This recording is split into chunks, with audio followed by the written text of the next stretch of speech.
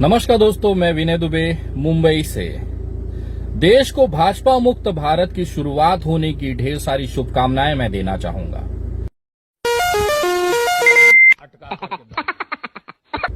हताशा और निराशा इस कदर सरकार के चेहरों पे दिख रही है कि उन्हें समझ नहीं आ रहा कि आखिर क्या किया जाए।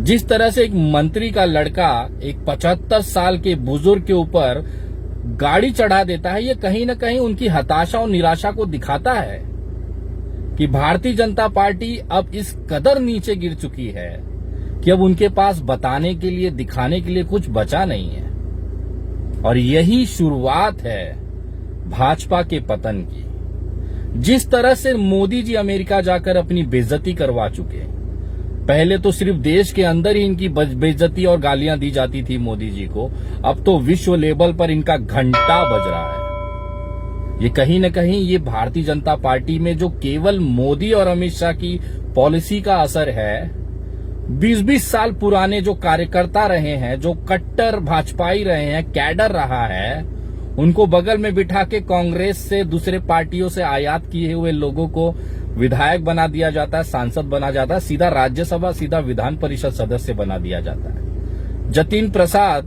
जो जिंदगी भर भाजपा को गाली दिया, आज वो उत्तर प्रदेश से भाजपा के द्वारा समर्थित एमएलसी हैं। ये तो औकात है भाजपा के कार्यकर्ताओं की।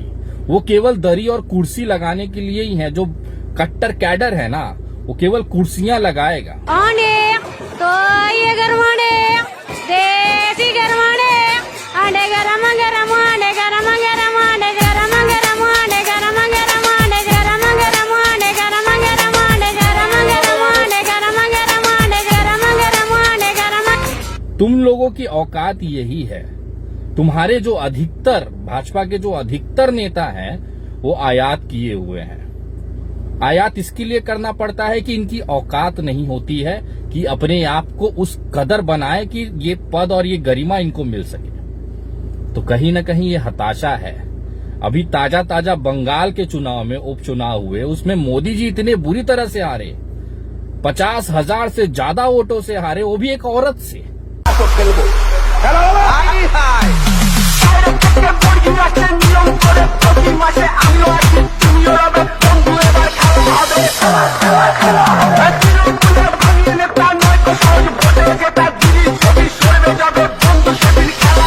DJ Gurgul Mixing।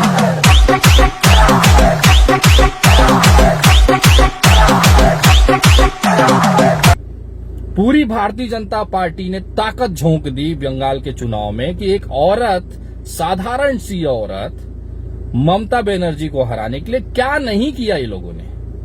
इस कदर इतना नीचे तक गिर गए कि एकदम गुंडे मवाली वाली भाषा वहां पे इस्तेमाल की गई। दीदी, ओ दीदी। और दीदी ने इन सब की इकलौती अकेले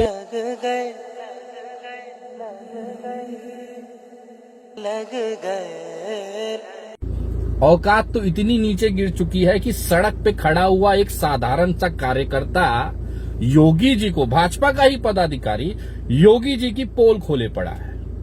आप किस पार्टी से हैं? भाजपा से। भाजपा से हैं। तो आपकी सरकार में इस तरह के गड्ढे क्या कहेंगे आप? हमारी सरकार में गड्ढे केवल यही नहीं है, पूरे प्रदेश भर में गड्ढे हैं। आप तो अपनी ही सरकार को बदनाम कर रहे हैं। हम सत्य बोलते हैं। सरकार हमारी हो चाहे किसी और की सरकार हो, सत्य यही है कि धरातल पर आपको कहीं विकास नहीं दिखाई देगा।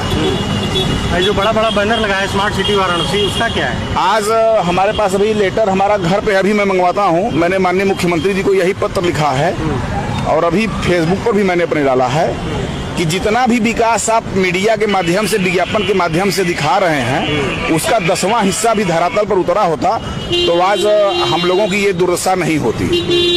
कौन सी योजना है जिसको आपने धरातल पर उतारा है? अच्छा, पब्लिक आप लोगों से पूछती होगी?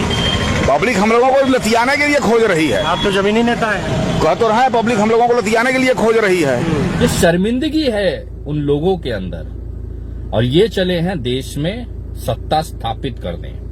मोदी जी को वापस से प्रधानमंत्री बनाया जाएगा, योगी जी को प्रधानमंत्री बनाया जाएगा। अरे जो महिलाओं से डर रहे, सोचे योगी जी प्रियंका गांधी से डर गया, उसको कैद करके रखा हुआ है। मोदी जी ममता बनर्जी से फटी पड़ी है। जिनकी औरतों से हालत खराब है वो किसानों जैसे मर्द से ये मुकाबला करेंगे। मतलब औरत से नहीं जीत पा रहे हैं, चले हैं किसानों से जीतने के लिए। लास्ट में क्या हुआ, एक 75 साल के बुजुर्ग को पकड़कर उस पर गाड़ी चढ़ा दी गई। ये कमजोरी दिखाती है, हताशा दिखाती है। तुम्हारे पास 6-7 महीने बचे हैं उत्तर प्रदेश के भाजपाइयों, जितना ताकत लगाना है लगा लो। जनता तय कर चुकी है, क्योंकि लगभग हर घर में कोरोना काल में एक मौत हुई है। हर घर से एक लड़का महाराष्ट्र गुजरात जाके रोजगार ढूंढ रहा है, मार खा रहा है, मराठियों से गुजरातियों से लात खा रहा है, गाली खाता है। सरकारी नौकरियों पे बैन लगा हुआ है। जब से ये दोनों आए हैं योगी और मोदी, इन्होंने किया क्या है? इन्होंने बस दुनिया को, देश को बेवकूफ बनाने का काम किया है। जो सरकार, मोदी सरकार 370 हटा सकती है, वो हिंदू राष्ट्र क्यों नहीं बना सकती? है औकात, है दम, बनाइए ना। पूरा बहुमत है, क्यों नहीं बना रहे? बनाइए ना। देश का हिंदू बोल रहा है भाई बनाओ, बहुमत है तुम्हारे पास, बना के दिखाओ ना।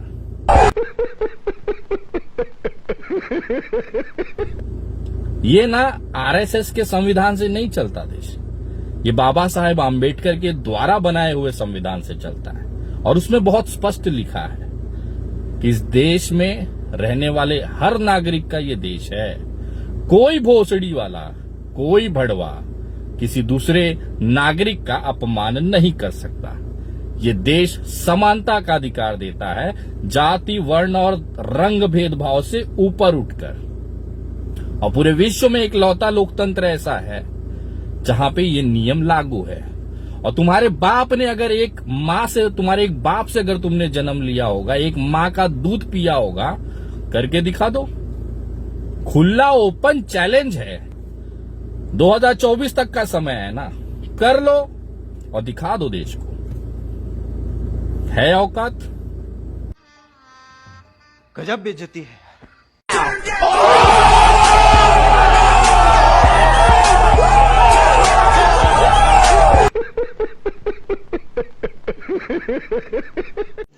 रुको जरा, सब्र करो।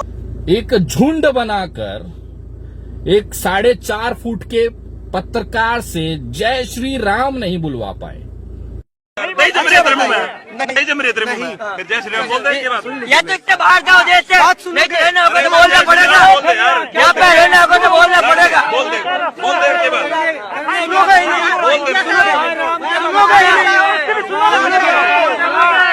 मेरी बात सुनिए, मेरा मन करेगा तो बोल दूंगा, लेकिन आप लोग जबरदस्ती आप लोग मैं कह रहा हूँ, मैं जबरदस्ती आप लोग मत करो। अब आप लोग इतने सारे लोग घेर के मुझसे कहेंगे कि तुम जय श्री राम बोलो, तो मैं नहीं बोलूंगा। मेरी बात क्या थी बीच में फंसे जा। जय श्री राम क्यों नहीं बोला बता? इनका रिकॉर्ड कर, मैं मीडिया चैनल से दरख्वास्त करूंगा कि इस आदमी को ये सांप्रदायिक फैला रहा है, इसको बाहर निकाल दिया। देखिए, और ये चले हैं इस देश से इस्लाम खत्म करने।